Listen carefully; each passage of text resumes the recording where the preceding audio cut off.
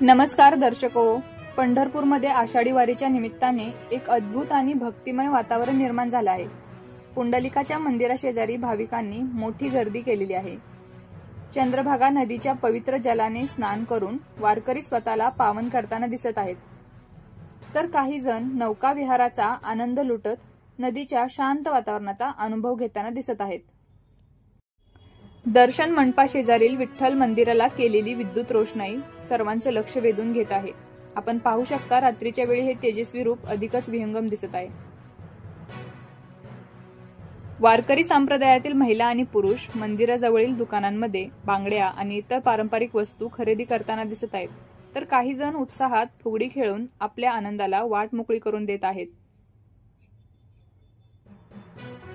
उत्तर द्वारावर केलेली ही आकर्षक विद्युत रोषणाई देखील पाहण्यासारखी आहे, ज्यामुळे रात्रीच्या वेळी मंदिराचे सौंदर्य अधिक खुलून दिसत आहे।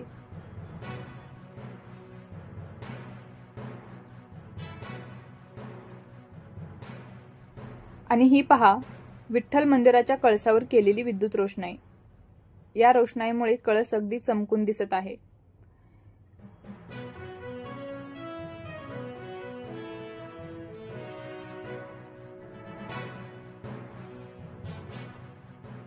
अशा प्रकारे पंढरपूर नगरी सध्या भक्ती आणि उत्साहात न्हाऊन निघाली आहे।